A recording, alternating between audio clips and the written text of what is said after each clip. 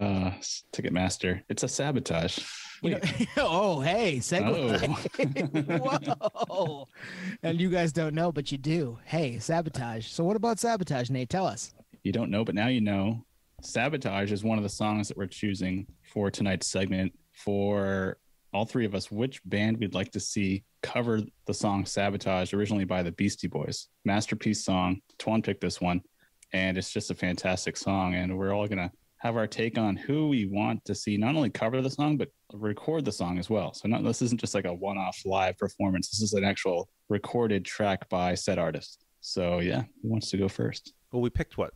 Well, we're going to do a few of them. 5 or 6. Yeah, and they're all well-known. We got a bunch. These are all well-known songs that we, put our own spin on it. Yep. Why don't you want me to go? I can lead off. I got it. You go. This is one I struggled with. I'm not gonna lie, and I threw it on in the living room with my wife as a prep, and we were listening, and she threw this out there, and then I heard it.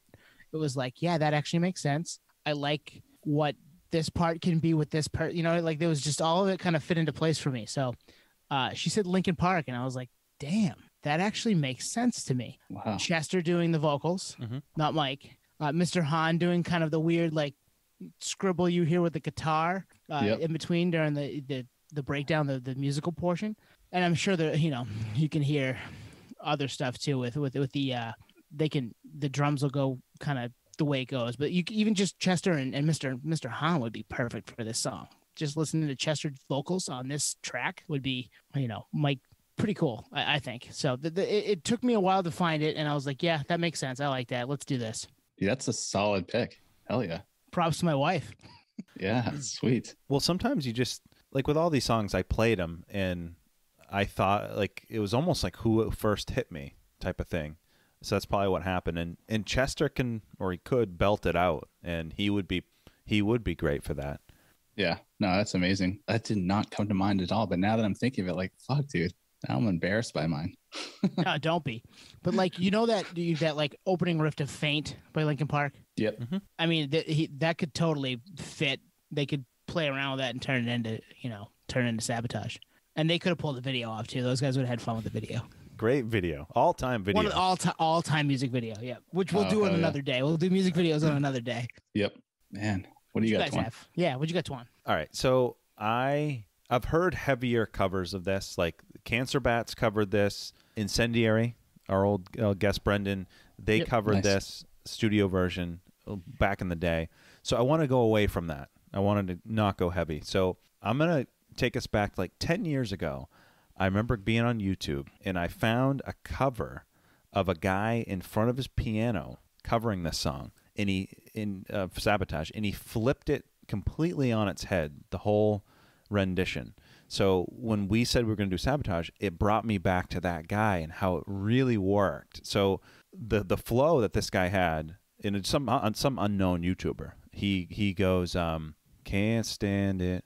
I know you planned it. I'ma set it straight. This Watergate, kind of a flow to it, different arrangement. And I thought to myself, Bon Iver could nail a stripped down rendition, mellow vocals, just completely taken in a completely different direction, like that, almost like Dynamite Hat kind of thing, raspy, haunting, slow it down, but with a little groove too, a little groove. Wow, shit, I love that. Yeah. So was it Justin Vernon? Let's do it. Yep. Yeah. I know. Yeah, I can't wait for these to we're gonna put this all out there and just tag all these bands. Say, hey, cover this song and see what happens. We'd love to hear it. And I can't find that YouTube video. I've been looking for every I feel like every couple of years I'll be like, I wonder if I can find that now. Can't find it. But just the way he made it his own, I was like, it was awesome. That's rad. I know I said Dynamite Hat, kind of like Boys in the Hood, right? Just complete different direction on how the song structure goes. Yep. Wow, I hope that comes back up. I wonder if it was taken down based on copyright infringement. Nah. But it couldn't be, right? It's I think cover. there's some guy in his bedroom just dicking around with it. I think it's only copyright infringement if you use, assets to visuals or something like that. Like anyone can cover a song and not pay royalties. Yes, I'm stalling because mine. This is the one you didn't have one for?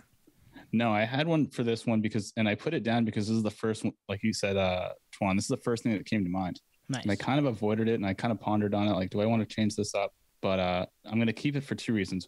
One, because I think this band doesn't get enough credit.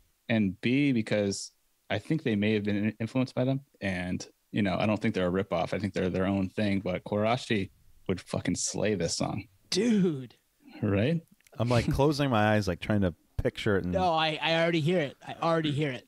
Yes, and I'm all in. Fuck yeah. Because they play their instruments. They're multiple vocalists. They're energetic. I feel like they could kind of fill the shoes and get this recorded. This would probably be a really good rendition live for them if they ever came back. I hope they do. But yeah, if they wanted to pay tribute to Beastie Boys, this would be the song, and they would just nail it. They could pull this song off tenfold. I totally agree. Oh, I can hear it now. So listen up, because you can't. Yeah. No, and like similar vocals, but probably even a little more polished than the Beasties. You know. Yeah, especially for that recording. Totally. And I actually also brought this up because I can't remember where I read it, but I want to say it was MCA in a Rolling Stone interview or something like that, was without saying the band's name, was kind of shitting on them. Like, there's other bands that are kind of ripping us off, and it is what it is. And I think he was, something tells me he was referring to them, because this interview came out around 2002, and that's when the album dropped. I'm like, dude, don't take it as a diss. Like, if anything, it's a tribute. But I don't even know if they were influenced by Beasties, even though there's some similarities there. But yeah, but they're from Iceland, although they do, you know, they did a lot of their popular music in English, even though they're Icelandic. Mm-hmm. So yeah. That's a flag. Yeah, I'd be flattered by that. I'm flattered by anybody that even listens to us. So if they even do some of the same stuff that we do, cool. Like, good for you. Yeah, like Pod Nation. We came up with that. It's all good. Yeah, those guys are cool. We like Pod Nation. I don't think we did, Nate. All right, good start. What do we got next? Where are we heading? I'm gonna we just did one of Twan's. I'm gonna take mine. I'm gonna take one of the ones I put out there, and I want you guys to go first because I want to see if you thought the same thing I did. But nice. You too, where the streets have no name. Who wants leading off? Twan, you got it? Yeah, I'll lead us off. So I threw this on, and actually, again, same as you, Tone, leveraged my wife. So I threw this on. We were just, hanging out in the kitchen, and my wife goes, "This would be an amazing Bruce Springsteen song." Ooh, I like that. In fact, shit, she's right. When she said that, I was like, "Damn!" Like, I think, and this might be a bold statement, just because like Bono's his voice is so atmospheric, but I think had Bruce put this out, it would have been potentially as big, maybe bigger. Totally agreed. Yep. But I think Bruce has a more authentic. I don't know if that's authentic, but he's got this really authentic voice that would just give it a different feel. I don't know. Listen to that song, and you'll be like, "This would be an amazing Bruce song." Completely agree. And he would fit, especially those first couple of lines. The "I want to run," like you want to run, like it all fits, right? Oh, damn! There we go. Yeah. Wow, interesting. You know what's funny is that was my first choice, and I crossed it out. Thank God. Really? Yeah, it was the first thing that came to mind immediately. I was doing this homework while I was driving today, and that was the first thing that came up. And I was like, I actually thought Tone was going to pick this. Maybe he did, but I didn't. I never even thought of it, and I'm mad I didn't, because it's perfect. It is perfect. I know, and even instrumentally and everything, it's like instrumentally they could kill. Totally, they could nail this song. And I think what you're trying to say, Twan, is Bruce is just very, very much so a storyteller in his singing style. Yep. And this song is a story. This song is a story. So yeah, immediately this came to mind. I didn't pick Bruce, and I'm happy I didn't, but I'm happy you did, because I think it's perfect. And I hope that he covers it, at least live. Yeah, because, he may have covered it live. There's a million people that have covered it live. If you look on, I found a website that had a bunch of that stuff. So it may have been covered at some point. But yeah, you're right. He's perfect for this. He would have been perfect for this. Absolutely. Yeah, Nate, and they could drag it out. Yeah. Nate, what did you end up picking? All right, so I crossed out Bruce, and then I had My Morning Jacket, and then I crossed that out. I like that. And then I eventually went down to Block Party for this song. Oh wow. Okay. Yes. So kind of like a dancey thing going on, like a. Yeah, because the vocalist has such an amazing voice, so he could really nail Bono's parts. And then the drummer for Block Party, I don't know the drummer's name, but he's an amazing drummer, so he could definitely fill Mark Weinstein's Not Mark Weinstein. He's Max Weinberg. Not Max.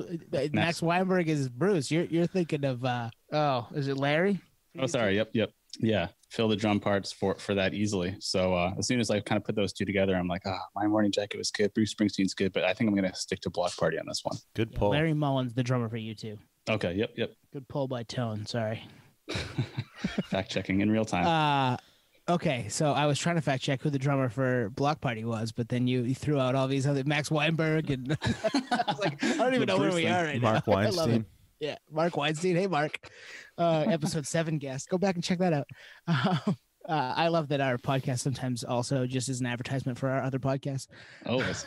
All right, so I picked. Okay, I thought at some point one of us would throw Rage or Deftones, or there's just it's what we do. They're bands that are house bands, as Nate says, that we love. I want to hear Morello play the riff, but I don't need Rage. I don't need Zach. Who am I thinking of? Audioslave, right? I want to hear Chris Cornell singing "I Want to Run" coming into that from that riff, right? Oh man. Yeah. So those two, they're the main reason for me. The Edge's riff coming into that song is so iconic. I couldn't pick just anybody. It had to be somebody big. So I picked obviously Tom Morello from Audioslave in this juncture. And then I was like, and who is bigger than? There aren't anybody bigger than Bono.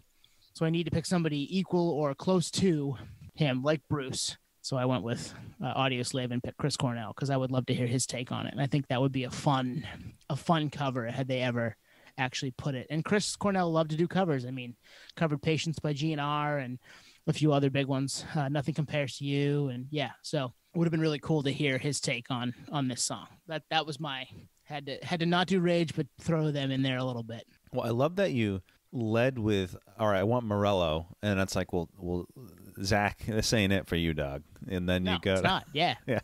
I mean, what other bands has Morello been in? I mean, that's perfect. Street Sweeper Social Club, also not going to work. Prophets of Rage, nope, not going to work. Oh, that's Be Real on this, dude. Awesome pick. Cornell doing a Bono song would be incredible, and I wish they had done that. I think Cornell has some influence from U2 and from Bono in particular, so that would be amazing. Awesome pull. All right, what else we got? We got a few more. We got a bunch more. Nate's got to pick one of his songs that he gave us, and I know the one I would want him to pick, but I'm going to let him do it. All right. I'm going to go Camplo Lucchini. Nice. This Is It What? Yeah. Lucchini Pouring from the Sky. I thought this was like a deep cut song, but I guess it's, like you said, Twan, it's actually pretty big. So it was probably his only like semi-hit, right? Yeah, true. They're still pumping out albums. Even Are they really? In the 2010s, yeah. Oh, wow. I didn't know that. Wow. I think as recent as 2015, maybe 2017. Yep. But I think, I don't know if they fell off, but just obviously not as popular. This was their jumping off point. So hip hop. Uptown Saturday Night's the record, right? 97, I think. Yeah. The artwork and everything. The Bronx. Yep. The artwork and everything's amazing. That makes sense with 2017. Because I tried to see them in LA and they were playing like a bar. So like they're small, but they're still going. It's like, oh, sweet. I should have went to that. Sure regret. So yeah, it always comes back up. Yeah. All right. Well, I know who I picked, and I can tell you guys you don't have this, so I can go first. Okay. I looked for a band with horn sections, and I stumbled upon Trombone Shorty, and it's like, all right, he can do the horn part, but he'd be fun, but like who's gonna sing or rap? And then I thought putting together a supergroup would make it fun, but I was like, nah, I'm not gonna do that. The band Cake has a great horn section when they want to. Listen to Short Skirt, Long Jacket, stuff like that. Awesome horn section. I think they would have fun with this song, right? Cake would be a cool like change up for the way this song has been, because the beat is the star of the song. It always has been. If you go listen to this song, you'll hear it on the playlist this week. It's the star of the song. The rapping's great. The verses are cool. I love it. The two guys going back and forth, awesome. The beat is the star of the song. So I wanted live horns for this, and I thought Cake has a cool horn section. Let's pick the band Cake, and then the monotone delivery of the lead singer, right? Dude, that's awesome, man. Hell yeah. No, that's a great pick. I think you're right. I think the beat and the horns carry it, and the chorus is all time too. Mm-hmm. But it's one of those songs that I don't know if I know the lyrics of the verses. Like it's, you know what I mean? It's like that's not the star of the song. It's the beat and it's the choruses.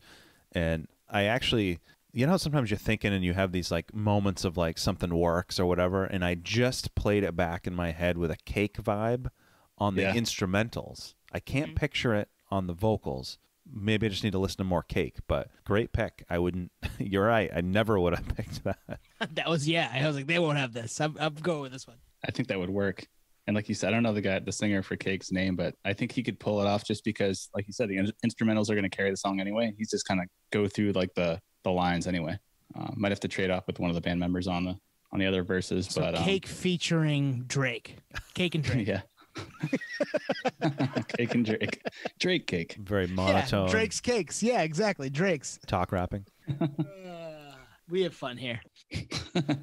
Nate, why don't you go? Yeah, who'd you have, Nate? We might have the same one. You never know. We could have the same one. This is another one where I didn't cross it out. This was the first one that came to mind, kind of thing, where I was like, all right, I could probably be a little bit more creative, or not. Maybe you don't have this one. But the first thing that came to mind, recurring, like time and time again, was Jurassic 5 on this one. Ooh, I like that. I was like, damn, if they covered this, it would be fucking dope.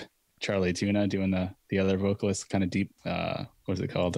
Deep voice, kind of baritone versus baritone voice and so forth. So yeah, that was mine, and I kept recurring back and forth on that one for quite a while. And J5, love J5, and that's a great call. I mean, I thought about throwing another rap artist at it, and like Biggie kind of crossed my mind. Mm-hmm. But yeah, J5 would, because he's iconic, especially in underground. Charlie Tuna, just his voice and his delivery would be great. Juxtaposition to one of his other bandmates, Dakir, or one of those guys, right? Yeah. One thought before I kind of get into mine, which is, and it wouldn't happen with some of these hip hop songs per se, but you always hear about some of like the biggest songs of all time got shopped around and like artists didn't want them and all this stuff. Like, yep. Some of this stuff could have happened in an alternate world, like literally could have happened if someone said yes, you know. But mine, it's another rap group from the South, ATL, Outkast. Ah, ooh, nice. Yeah. So I listened to this. I mean, I love this song. We've loved this song for 25 years, whatever. I listened to it today for the first time in a while, I feel like, and I was just like, damn, Outkast could smash this out of the park with just the triplets with the rapping and I know who would go when, Big Boy and Andre. Like it was just it hit me, and they could put a little southern swag on it, and I think it'd be badass. Totally, that's a great call.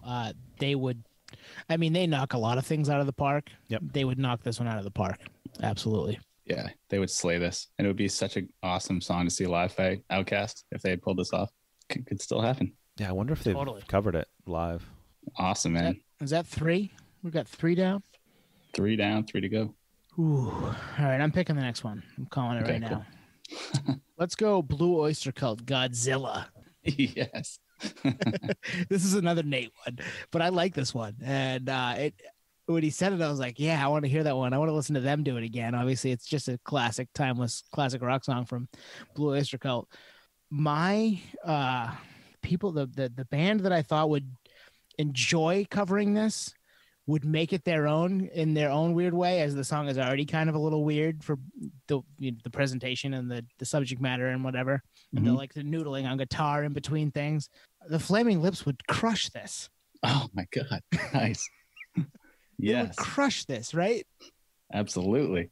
Yeah, I think that would be the way to go. Listening to the Flaming Lips kind of do their weird, quirky act on Godzilla, which would be a fun song to hear them cover. I think they would. I mean, they covered They did the whole Pink Floyd Dark Side of the Moon, right? And that's a fun, quirky version of Dark Side of the Moon, but it also pays homage to that record. And Pink Floyd's weird in their own right.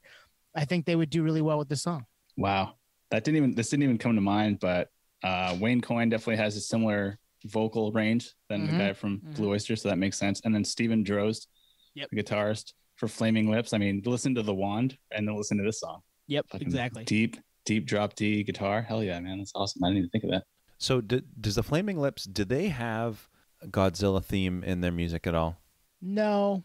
I mean, Yoshimi battles the pink robots. So that's what I'm thinking of. Okay. The feeling that you're getting. That's exactly. Yeah. So I'm like, maybe there's, subliminally, maybe that's how you connected them. Who knows? It totally could have been. And that did cross my mind when they came to my head.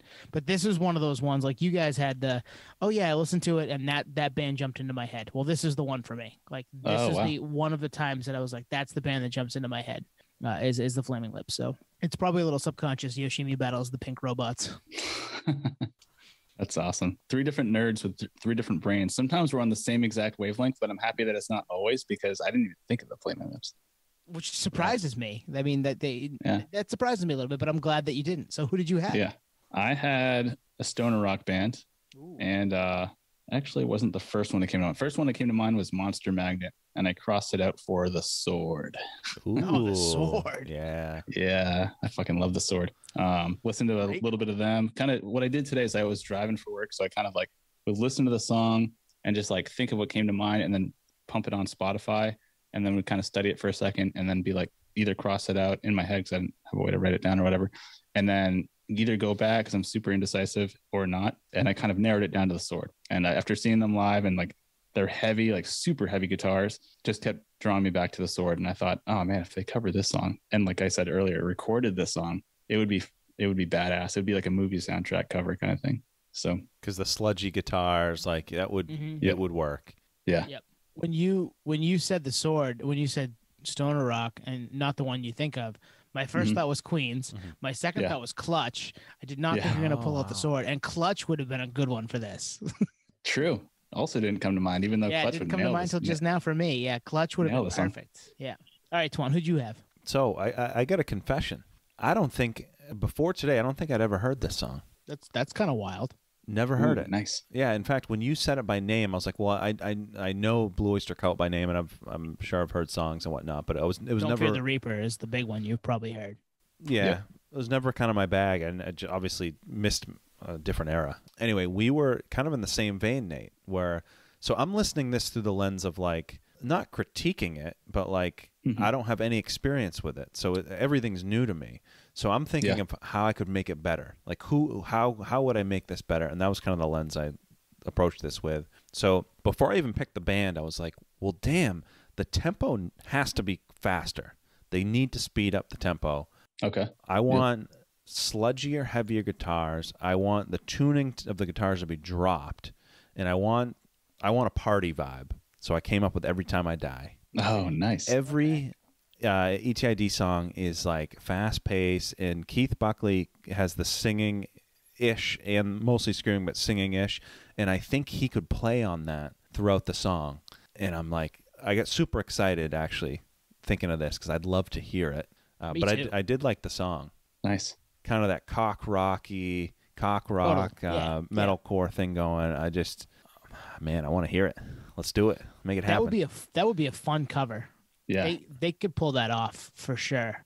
They've and they would make it their own, but not step on what it was, which is always kind of the dance that people do with covers, right? We talked about last late summer, early fall, that Rage Renegades album where they kind of took over and made all those cover songs their own. And if I'm going to listen to a lot of those songs, I want to listen to those. But it's fun when you can change it up a little bit, but also not destroy, like not mess with the homage of the song. Like you're just paying tribute. And I think they would do a good job with that. Yeah. Yeah. Well said. I think actually that Rage Renegades album proved that anything's possible in terms of covers. Like you can completely flip something on its head and just be like, yeah, we just made this song what it is, like Maggie's Farm. Yeah, right. You know, it's like, holy shit. Yeah, we're doing it again. Stop. Yeah, tangent. Yeah, we love Rage. Sorry. But yeah, it's cool when a band takes a song and puts their own spin on it. And I think Every Time I Die would do that with this song. I think you're right, Twan. It's cool that you got to hear it with fresh ears too. I'm a little jealous of that because I knew the song, and yeah, that's fun. And you know, this is like the most obvious statement, but like there's only one time when you can hear something for the first time. You know what I mean? Like, yeah, you can't go back. And it was cool to hear it because obviously they are who they are or whatever. You're right. We got two left. We want to do at least one. I think we got them both. Yeah, let's do them both. Let's do them. All right. What do we got? What's left? Big smash mid-90s hit female artist. Ooh, I like it. Alanis Morissette, You Ought to Know. Before we get into it, this album was absolutely massive. Massive. I think no matter what genre of music you were in, I mean, granted we were much younger, you knew all the lyrics to this. It had a edge to it for a pop rock song. Yeah. And you just couldn't escape it, but you didn't really want to, you know? It was a great song. This was a pop rock song that was born out of the grunge sensibility. Yeah, totally. and you needed Alanis's vocals to make it work. I don't think anybody can cover this and make it what it is, but I am excited to tell you who I think might be able to pull it off. Well, let's lead with you.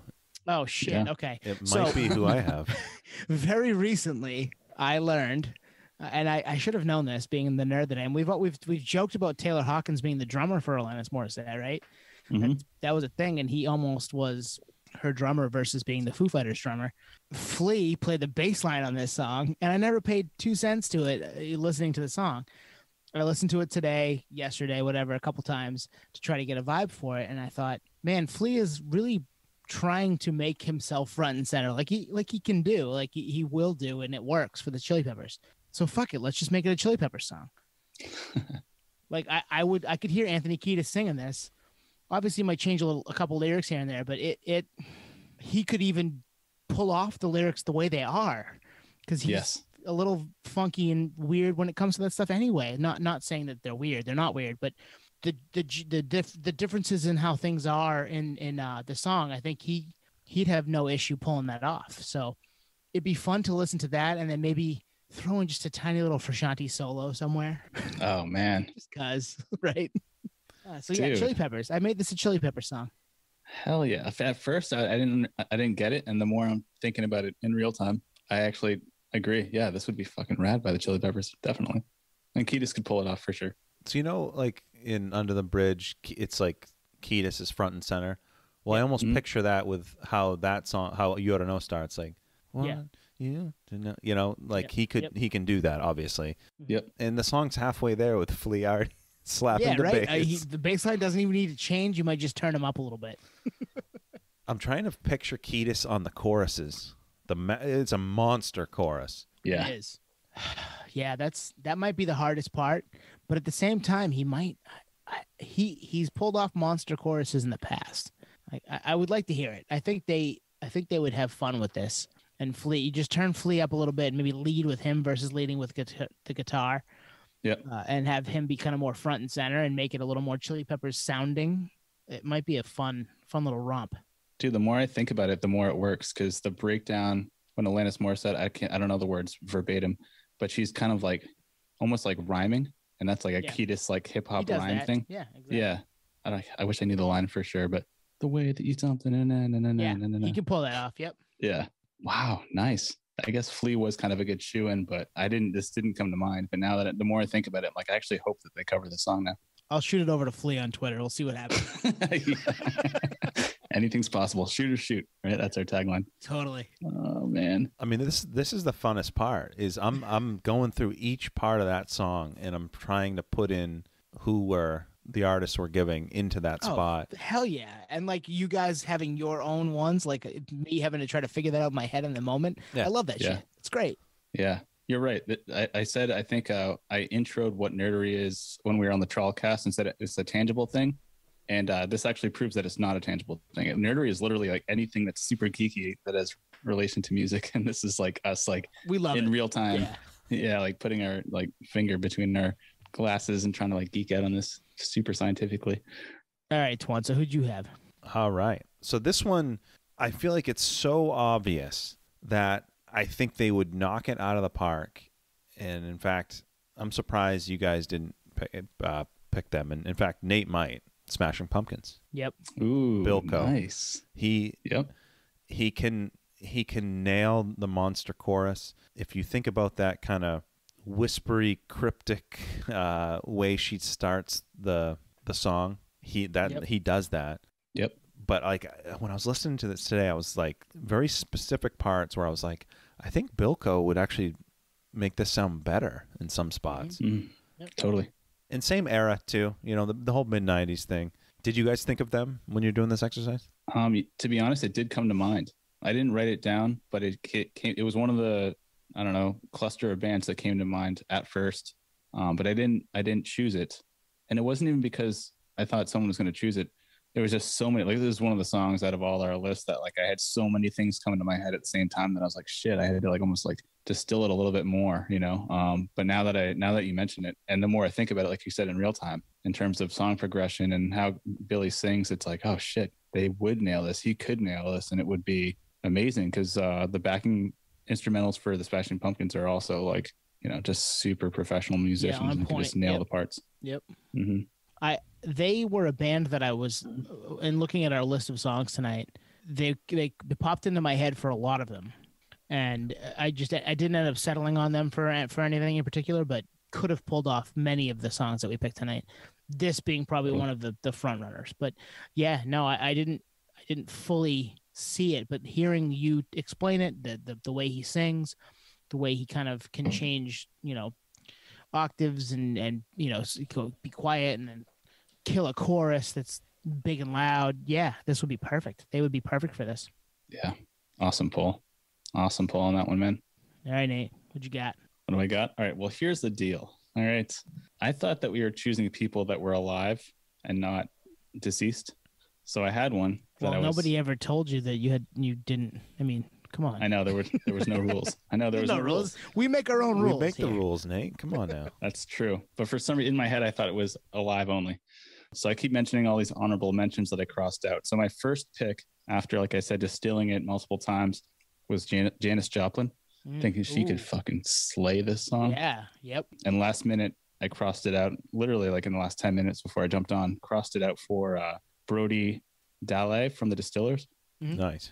And she's got that raspy voice and kind of attitude. And I'm like, and punk rock kind of like thing going on. I was like, oh, she could fucking kill this song, like just straight up slay it.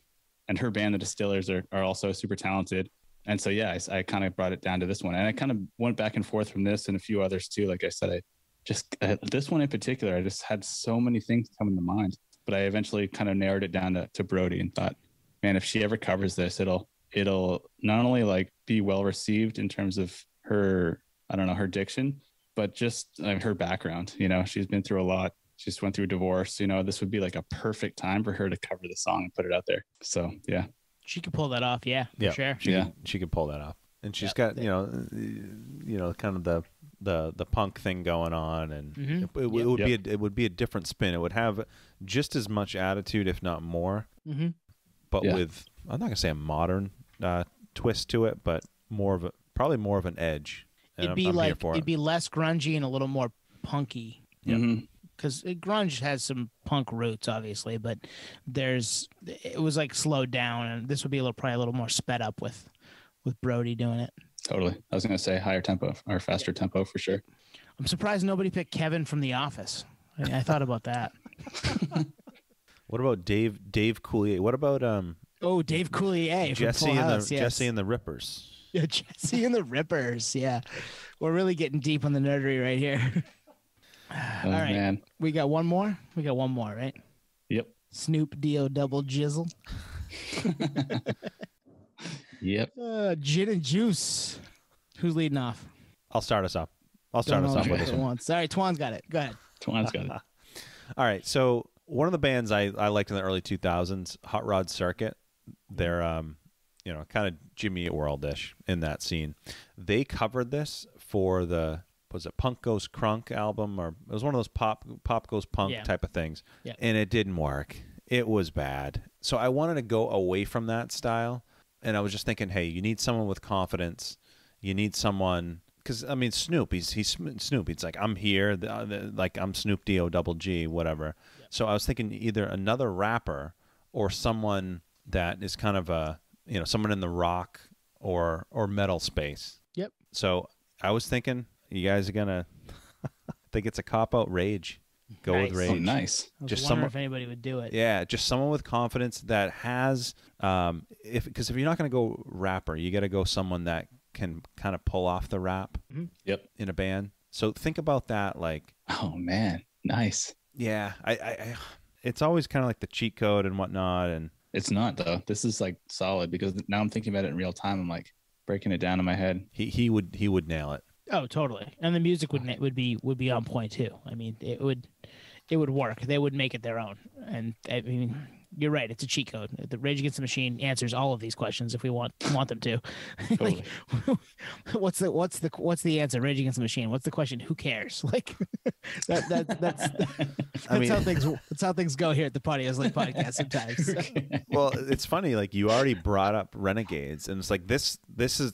There's like adjacent songs on Renegades, like Cypress Hill, like, and it worked. So it's like totally, yeah. Microphone Fiend, Rakim, yeah, totally. No, they could pull it off.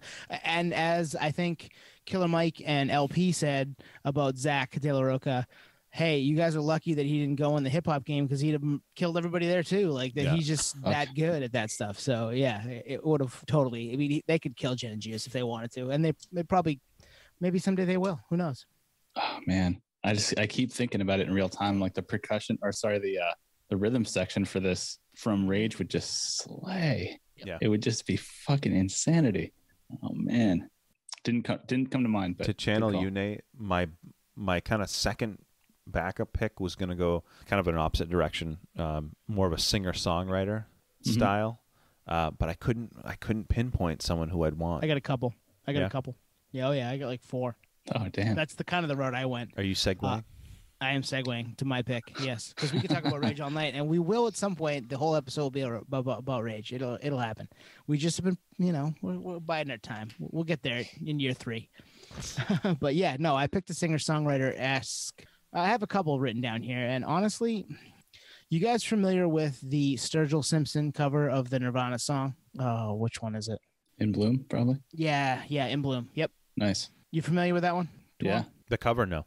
So it's a very slow, stripped down version of that song, which is not slow and stripped down, right? It's kind of loud and in your face. So when I heard or thought about Gin and Juice, I thought this is kind of an in your face, awesome all-time rap song from, Snoop Dogg, who's an all-time rapper. I want to strip it down. I want it to be somebody who can pull off some of the lyrics. I mean, you're not going to pull off all of them, but pull off some of the lyrics in a stripped down kind of version. And I ended up with I have 3 people on this list. I've talked about Julian Baker on this podcast in the past. I think she might be able to pull that off, but she's also a recovering kind of addict, so I didn't want to throw that on her. Same with Jason Isbell. Didn't want to throw it on him. Not to say that those people have issues with drinking, so that they just can't do it anymore. But a guy whose song, a massive song by this guy, Tennessee Whiskey, Chris Stapleton. I think Chris Stapleton could pull this off. Oh yeah. Wow. I think this would be an awesome Chris Stapleton cover. I really do. I think he would slow it down, give it a little country, but not make it too much, and it'd be a fun. I could hear him doing the chorus right now in my head. Like it'd be a fun cover.